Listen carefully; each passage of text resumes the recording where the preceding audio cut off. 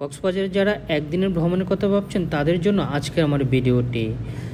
কক্সবাজার নেমে আপনারা মেরিন ড্রাইভের উদ্দেশ্যে রওনা দিবেন, কেননা মেরিন ড্রাইভে রয়েছে কক্সবাজারের আকর্ষণীয় বিচগুলো। ওখান থেকে আপনি 80 থেকে 70% বিচ ঘুরে আসতে পারবেন। অবশ্যই প্রথমে আপনি মেরিন ড্রাইভে যেতে হলে জিপ, সিএনজি অথবা অটো নেবেন। বাট সিএনজিতে করে যদি যেতে চান তাহলে আপনার ভাড়াটা একটু বেশি পড়বে, 3 থেকে 4 হাজার টাকা। অটো করে যেতে হলে 1000 থেকে 1500 টাকার মধ্যে হয়ে যাবে। আর যদি জিপ নিতে চান তাহলে 6 থেকে 7 হাজার টাকা লাগবে।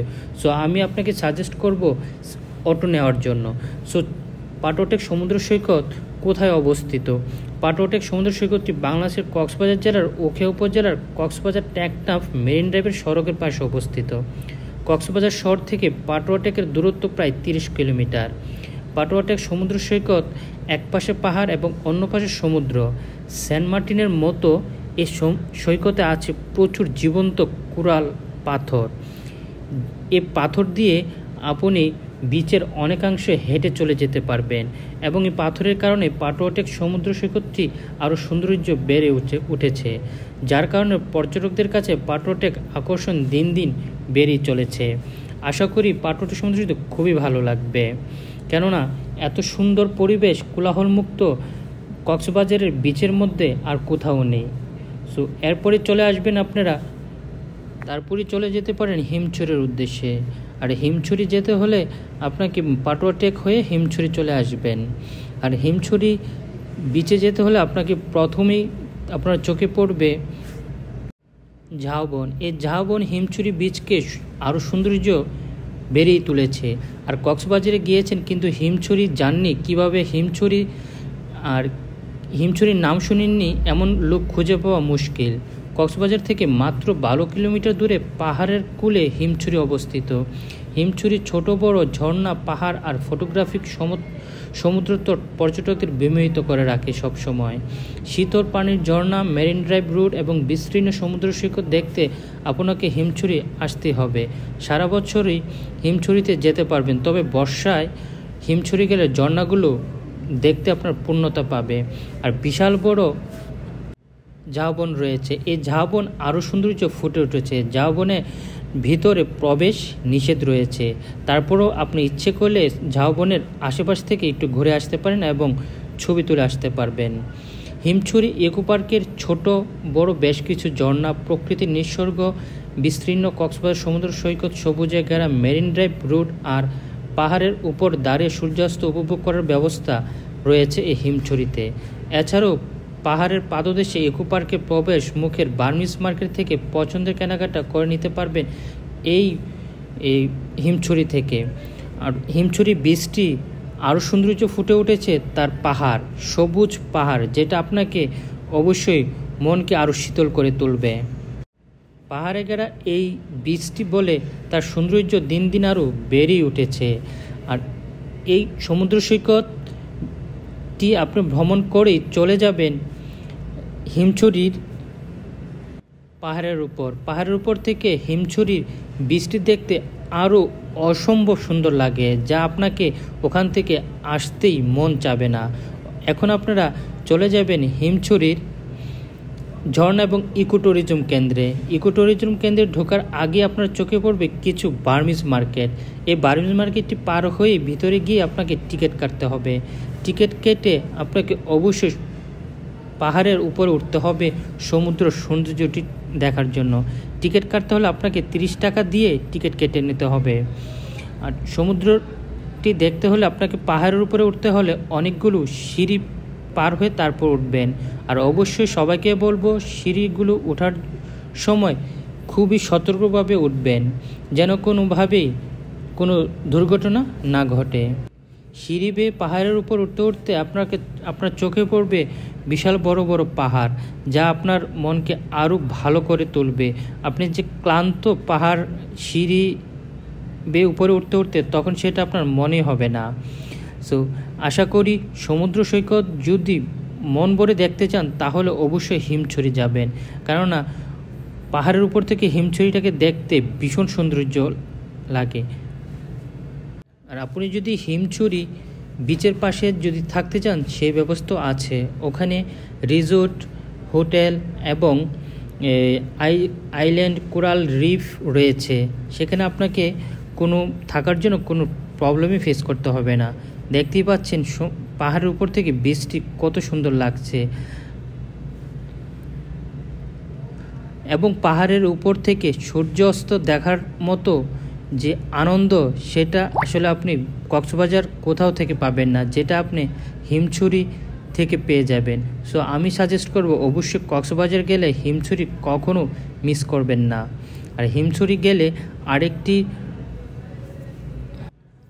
প্রধান আকর্ষণ হচ্ছে তার পাহাড়, কারণ পাহাড় দেখার জন্য আমরা অনেক সময় রাঙ্গামাটি অথবা বান্দরবন চলে যাই, বাট কক্সবাজার হিমছড়ি গেলে আপনাকে পাহাড়ের যেই আবেগটা বা ভালোবাসাটা পাহাড়ের প্রতি সেটা আপনি পেয়ে যাবেন। সো হিমছড়ি কখনোই মিস করবেন না। আর হিমছড়ি পাহাড়ের উপর উঠতে উঠতে আপনাকে যদি তৃষ্ণা পেয়ে যায় তাহলে এখান থেকে ডাব খেয়ে নিতে পারেন, আর একটি ডাবের মূল্য হচ্ছে 200 টাকা। আর এই পাহাড়ের উপরে হাঁটতে হাঁটতে যদি আপনার ক্লান্ত বোধ হয় তাহলে এখানে বসার ব্যবস্থা রয়েছে। আর আমি আবারও বলি, অবশ্যই খুব কেয়ারফুলভাবে এই পাহাড়ে উঠতে হবে। পাহাড়ে ওঠার জন্য অবশ্যই আপনাকে ধৈর্যশীল হতে হবে এবং স্ট্রং মানসিকতা থাকতে হবে। এখানে আপনার যদি ইচ্ছে করেন যে খাবারের ব্যবস্থা আছে, যদি লাঞ্চ করতে চান লাঞ্চের ব্যবস্থা আছে। খুবই চমৎকার একটি দৃশ্য, এই যে হিমছড়ি থেকে পাহাড় থেকে যে সমুদ্রটা দেখার, আর সূর্যাস্তটা তো অসম্ভব সুন্দর।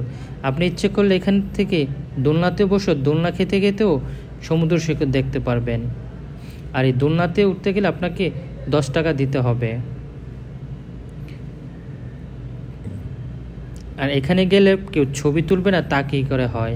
আমরা এখন হিমছড়িতে, অবশ্যই আপনার স্মৃতিগুলো ধরে রাখার জন্য এখানে ছবি আপনাকে তুলতে হবে। সবাই এখন এখানে ছবি তোলার জন্যই ব্যস্ত। আর অবশ্যই যখন পাহাড় থেকে নামবেন আপনাকে কেয়ারফুলভাবে নামতে হবে। আর এই রুটটা যতটুকু গিয়েছে ঠিক ততটুকুই সমুদ্র সৌন্দর্যটা তুলে উঠেছে। এখানে সমুদ্রটা খুবই শান্ত, যখন সূর্যাস্তটা যায় তো ভীষণ সুন্দর লাগে।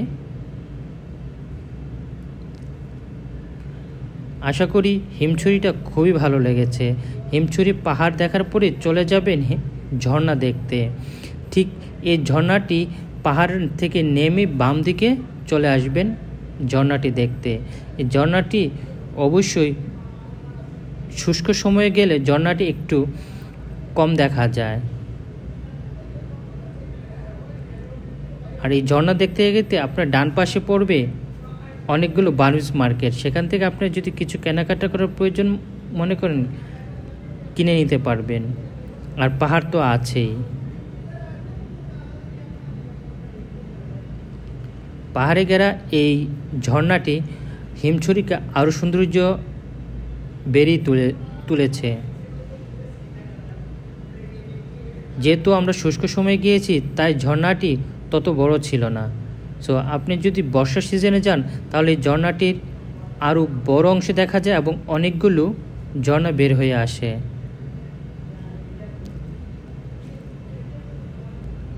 হিমছড়ি এই ট্যুরিজম কেন্দ্রে পাহাড় থেকে নেমে আপনি সরাসরি ঝর্ণাতে চলে আসবেন ঝর্ণাটি দেখার জন্য। এই ঝর্ণা হিমছড়ি ঝর্ণা এবং ট্যুরিজম এবং বিচ পরিদর্শন করার পরে চলে আসবেন, রওনা দিবেন ইনানি বিচের উদ্দেশ্যে। কক্সবাজার থেকে 23 কিলোমিটার আর হিমছড়ি থেকে মাত্র 14 কিলোমিটার দূরে ইনানি সমুদ্র সৈকত। ভাটার সময় ইনানি সমুদ্র সৈকত সেন্ট মার্টিনের মতোই প্রবাল পাথরের দেখা মেলে। আর ইনানি বিচে যাওয়ার আগে আপনার পাশে কিছু দোকান পড়বে, যদি ইচ্ছে হয় সেখান থেকে আপনি রেস্ট নিয়ে ইনানি বিচের উদ্দেশ্যে রওনা দিতে পারেন। মেইন রোড থেকে ইনানি বিচটি অনেক দূরে, আপনাকে প্রায় 7 থেকে 8 মিনিট হাঁটতে হবে। আর বিচের সম্বন্ধে কোনো যদি তথ্যের প্রয়োজন হয় অবশ্যই আপনি তথ্য নিতে পারবেন। এখানে তথ্য কেন্দ্র রয়েছে। যদি আপনার মনে করেন হাঁটতে প্রবলেম হয়, তাহলে আপনি ছোট বাইক আছে, বাইক করে আপনি 4 চাকার যে বাইকগুলো আছে সেগুলো দিয়ে আপনি ইনানি বিচের কাছে চলে যেতে পারেন। এখানে কক্সবাজারের মতো সাগর এর উত্তাল থাকে না, আর এই শান্ত সাগরের পর্যটকদের আরও বেশি বিমোহিত করে। সাধারণত বিকেলবেলায় ইনানি সৈকত সমুদ্রের জন্য আদর্শ সময়। বিকেলবেলায় পর্যটক তুলনামূলক কম থাকে, আর সাথে অপূর্ব সূর্যাস্ত দেখার সুযোগ হাতছাড়া করা পরবর্তীতে আপনার আফসোসের কারণ হতে পারে। এছাড়া টেকনাফগামী মেরিন ড্রাইভ রুট দিয়ে ইনানি বিচে যাবার সময় হিমছড়ি পাহাড়, সমুদ্র তীরের সাম্পান, নারিকেল ও ঝাউবন গাছের সারি আর চারপাশের প্রাকৃতিক দৃশ্য দেখে আপনার ভ্রমণের সমস্ত ক্লান্তি দূর হয়ে মন প্রফুল্ল হয়ে উঠবে। আর ইনানি বিচের আরেকটি আকর্ষণ হলো নৌকাগুলো খুবই সুন্দর। আর আরেকটা তথ্য প্রদান করি, 4 চাকার যে মোটর বাইকগুলো আছে এগুলো যদি আপনি ভাড়া নেন আপনার কাছ থেকে 300 টাকা যেতে পারে। সো আপনাকে বলবো তাদের সাথে দাম করে নেওয়ার জন্য 150 থেকে 200 টাকার মধ্যে পেয়ে যেতে পারেন। আর ছোট ছোট যে গর্তগুলো আছে সেগুলোর মধ্যে কাঁকড়া পেয়ে যাবেন, কারণ মানুষের সমাগম দেখলে এগুলো ভিতরে চলে যায়। ইনানি বিচ শেষ করে আপনি ইচ্ছে করলে প্যারাসেলিং বিচ ঘুরে আসতে পারেন। প্যারাসেলিং বিচে আপনি ইচ্ছে করলে প্যারাসেলিং করতে পারবেন। প্যারাসেলিং হচ্ছে 2000 টাকা করে নেবে, অবশ্যই তারা 3000 টাকা চাইবে, কিন্তু 2000 টাকা দিয়ে আপনি প্যারাসেলিং করে নিতে পারবেন। আর প্যারাসেলিং করার সময় অবশ্যই যদি আপনি ইচ্ছে করেন তাহলে ঘুরে উড়াতে পারবেন। আর কক্সবাজারকে কেউ ঘুরে উড়ায় না তা কী করে হয়, কারণ কক্সবাজারের প্যারাসেলিং এবং ঘুরে উড়ানো আরেকটি আকর্ষণীয়। এবং ইনানি বিচে আপনি লাল কাঁকড়ার দেখা খুব কম মিলবে, যদি ভাগ্য ভালো থাকে তাহলে পেয়ে যেতে পারেন দেখা। আর মানুষের যদি কোলাহল তারা দেখতে পায় তাহলে লাল কাঁকড়াগুলো আসে না। আর অবশ্যই আমার ভিডিওতে দেখতে পারবেন যে লাল কাঁকড়া হলো আরেকটি ইনানি বিচের আকর্ষণ, কারণ লাল কাঁকড়া সাধারণত এখন খুব কমই দেখা যায়। আর লাল কাঁকড়া যদি আপনি দেখতে চান তাহলে অবশ্যই একটু নীরবতা পালন করতে হবে। তারা যদি নীরবতা পায় তাহলে তারা গর্ত থেকে উঠে আসে এবং তারা কোলাহল ততটা পছন্দ করে না। সো লাল কাঁকড়া হচ্ছে ইনানি বিচের আরেকটি সৌন্দর্য